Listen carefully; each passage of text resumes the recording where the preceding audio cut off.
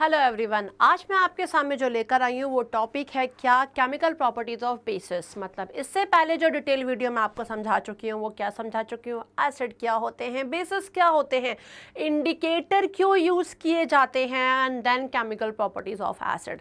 इतने टॉपिक्स मैं आपको समझा चुकी हूँ डिटेल वीडियो में। ज़रूर ध्यान से प्लेलिस्ट पे जाइए केमिस्ट्री की और उसमें देख लीजिएगा। तो प्यारे बच्चों, welcome to step up academy. I am Ruchi Upadhyay, और केमिस्ट्री मेंटोर। और टॉपिक है आज का क्या, केमिकल प्रॉपर्टीज ऑफ बेसिस।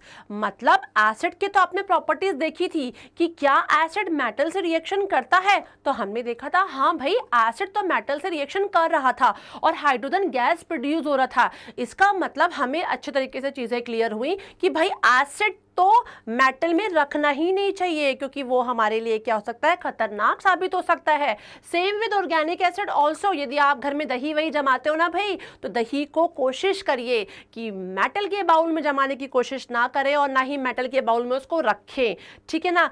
जिसमें एसिडिक कैरेक्टर है उनको बिल्कुल भी मेटल के कंटेनर या मेटल के बाउल में ना रखें, वो आपके लिए पॉइजनस भी हो सकता है। प्यारे बच्चों, कैसे यूज करेंगे हम, उसके लिए कांच के बने हुए जो बाउल्स होते हैं आप उसको यूज़ कर सकते हैं, कांच के बने हुए जो कंटेनर होते हैं आप उनको यूज़ कर सकते हैं। तो चलिए आज हम देखते हैं क्या बेसिस की प्रॉपर्टीज, कि भाई बेस यदि मेटल से रिएक्शन कर रहा है तो क्या होने वाला है, क्या वही कंडीशन हो रही है जैसे एसिड के साथ हो रही थी। चलिए देख लेते हैं। यहाँ पे लिखा है when bases react with some metals to form metal salt and hydrogen gas. हाँ, मतलब मुझे जो दिख रहा है कि मैंने आपको एसिड पढ़ाया था, ध्यान दीजिएगा, प्लेलिस्ट में जाइए और देख लीजिए फटाफट उसको, कि जब एसिड ने मेटल से रिएक्शन किया था तो यही कंडीशन आई थी भाई। क्या कंडीशन आई थी, हाइड्रोजन गैस प्रोड्यूस हो रहा था। और यहाँ पर बेसिस भी क्या कर रहे हैं, कुछ मेटल के साथ रिएक्शन कर रहे हैं और रिएक्शन करके क्या प्रोड्यूस कर रहे हैं, हाइड्रोजन गैस प्रोड्यूस हो रही है और सॉल्ट बन रहा है।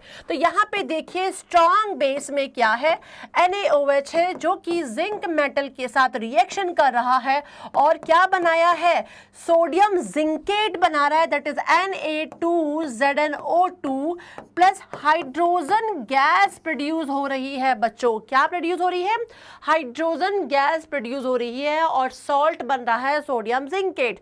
मतलब कि जब बेस कुछ मेटल के साथ रिएक्शन करेगा तो सॉल्ट बनेगा और साथ साथ क्या प्रोड्यूस होगी, हाइड्रोजन गैस प्रोड्यूस होगी। प्यारे बच्चों, तो एक तो हमारा ये केमिकल प्रॉपर्टी था। चलिए नेक्स्ट प्रॉपर्टी देखते हैं, क्या bases react with acid to form salt and water. ये तो हमें पता ही है, हमने जब केमिकल प्रॉपर्टी पढ़ी थी किसकी, एसिड की, तो आपने वहां पे देखा था कि एसिड जब बेस से रिएक्शन कर रहा था तो न्यूट्रलाइजेशन रिएक्शन हो रहा था। हम उस रिएक्शन को क्या बोल रहे थे, न्यूट्रलाइजेशन रिएक्शन। और न्यूट्रलाइजेशन रिएक्शन में क्या होता है, सॉल्ट और वाटर बनते हैं। तो यहां पे भी तो अपोजिट ही चल रहा है, बेस रिएक्शन कर रहा है किसके साथ, एसिड के साथ। एसिड ने वहां बेस से रिएक्शन किया, यहां बेस ने एसिड के साथ रिएक्शन किया, तो बनेगा क्या, सॉल्ट और वाटर। तो आप यहां पे भी यही ले सकते हैं, आप स्ट्रॉन्ग बेस ले लीजिए, स्ट्रॉन्ग एसिड के साथ जैसे भी रिएक्शन होगा तो क्या बन जाएगा, आपको दिखाई पड़ रहा है, NaCl प्लस वाटर बन जाएगा। आप इसको बैलेंस कर सकते हैं यदि आप इसको करना चाहें। यदि इसके अलावा आपको लगता है कि हम और भी कर सकते हैं तो आप इसमें और भी ऐड कर सकते हैं। प्यारे बच्चों, तो ये आपको जिस तरीके से दिखाई पड़ा है इसको बैलेंस कर लीजिएगा। This is a neutralisation reaction. आप यदि HCl ना लेकर H2SO4 लेते हैं, NaOH का रिएक्शन H2SO4 के साथ करवा देंगे तो क्या बन जाएगा, देखिए Na2SO4 बन जाएगा और क्या बन जाएगा, आपके सामने दिखाई पड़ा है, Na2SO4 प्लस वाटर। इसको आप बैलेंस कर लीजिएगा, अगेन सॉल्ट और वाटर बन रहा है। और थोड़ा बहुत यदि आप ध्यान दें तो देखिए कहीं ना कहीं इसमें हमें जो दिखाई पड़ रहा है वो क्या, डबल डिस्प्लेसमेंट रिएक्शन भी दिखाई पड़ रहा है। मैंने आपको एक बात बोली थी ना, क्या हाउ टू मास्टर केमिस्ट्री जो मेरा एक टॉपिक था, आपने देखा होगा, मैंने उसमें बोला था कि फर्स्ट चैप्टर को बहुत अच्छे तरीके से पढ़ लो भाई। कौन सा, केमिकल रिएक्शन एंड इक्वेशन, क्योंकि जितने भी टाइप्स हैं केमिकल रिएक्शंस के वो सारे टाइप्स उसमें दिए हुए हैं। और आप देख रहे हो कि देखो अब एसिड का चैप्टर चल रहा है, केमिकल रिएक्शन यहाँ पे भी आई हुई हैं, तो वो टाइप्स बार बार दिमाग में आ रहे हैं। देखो यहाँ डबल डिस्प्लेसमेंट रिएक्शन हो रहा है, साथ साथ न्यूट्रलाइजेशन रिएक्शन भी इसको बोलते हैं।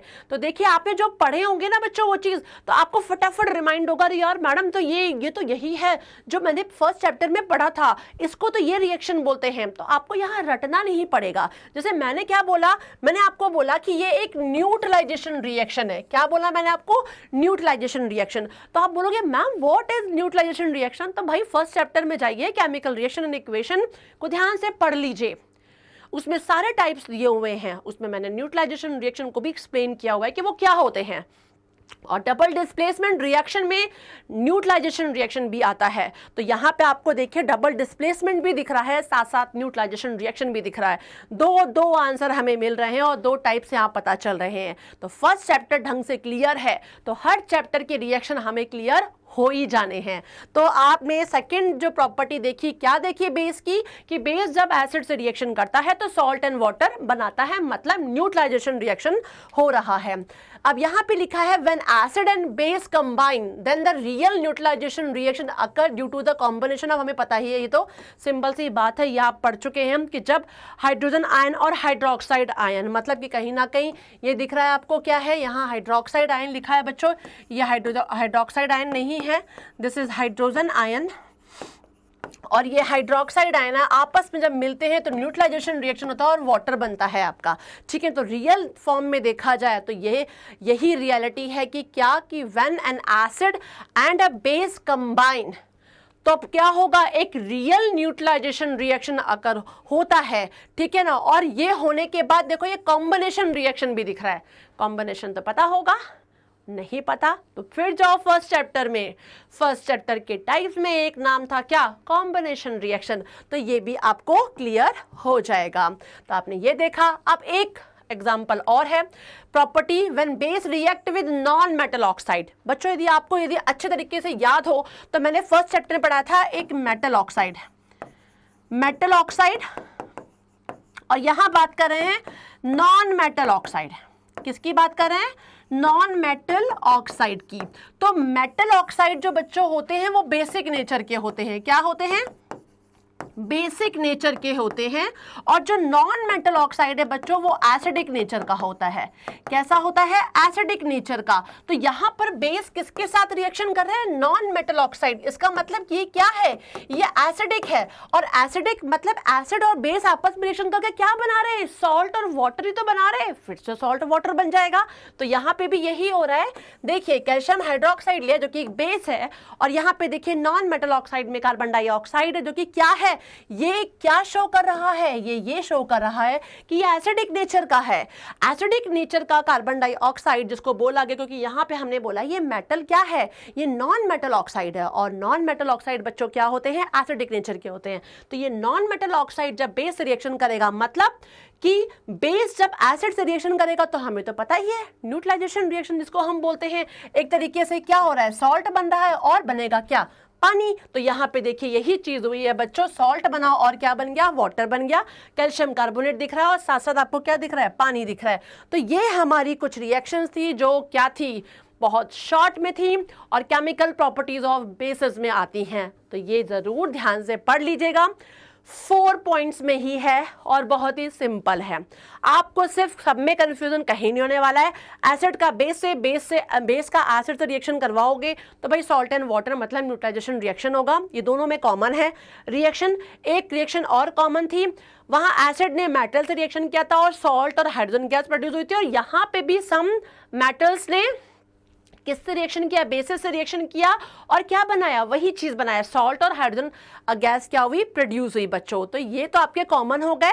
लास्ट वाला बस आपको ध्यान देना है कि वहां पर मेटल ऑक्साइड ने रिएक्शन किया था किसके साथ? एसिड के साथ। तो मेटल ऑक्साइड की प्रॉपर्टी बेसिक थी और आपकी नेचुरल सी बात है, एसिड से रिएक्शन तो हो ही रहा है, तो बेस और एसिड आपस में रिएक्शन करके क्या बनाएंगे? सॉल्ट बनाएंगे और वाटर बनाएंगे। यहाँ पे भी यही हो रहा है। यहाँ नॉन मेटल ऑक्साइड है बच्चों। नॉन मेटल ऑक्साइड क्या शो करता है? एसिडिक बिहेवियर शो करता है, और एसिडिक होने के कारण जब वो बेस से रिएक्शन करेगा तो सॉल्ट और वाटर ही बनाएगा ना। थोड़ा सा अपने कॉन्सेप्ट को क्लियर करना है आपको। आपका कॉन्सेप्ट क्लियर हो जाएगा बच्चों तो आप रिएक्शन वेरी इजीली कर लोगे, रटने की जरूरत नहीं पड़ेगी, और रटना बिल्कुल भी नहीं है, ये भी ध्यान रखिएगा। तो मैं उम्मीद करती हूँ कि आपको मेरा ये chemical properties properties of basis बहुत अच्छे तरीके से समझ में आ चुका होगा। लाइक नहीं किया तो इस वीडियो को लाइक कीजिए, सब्सक्राइब कीजिए, बेल आइकॉन को क्लिक करना बिल्कुल भी ना भूलें, शेयर करना भी ना भूलें। Thanks for watching this, bye bye.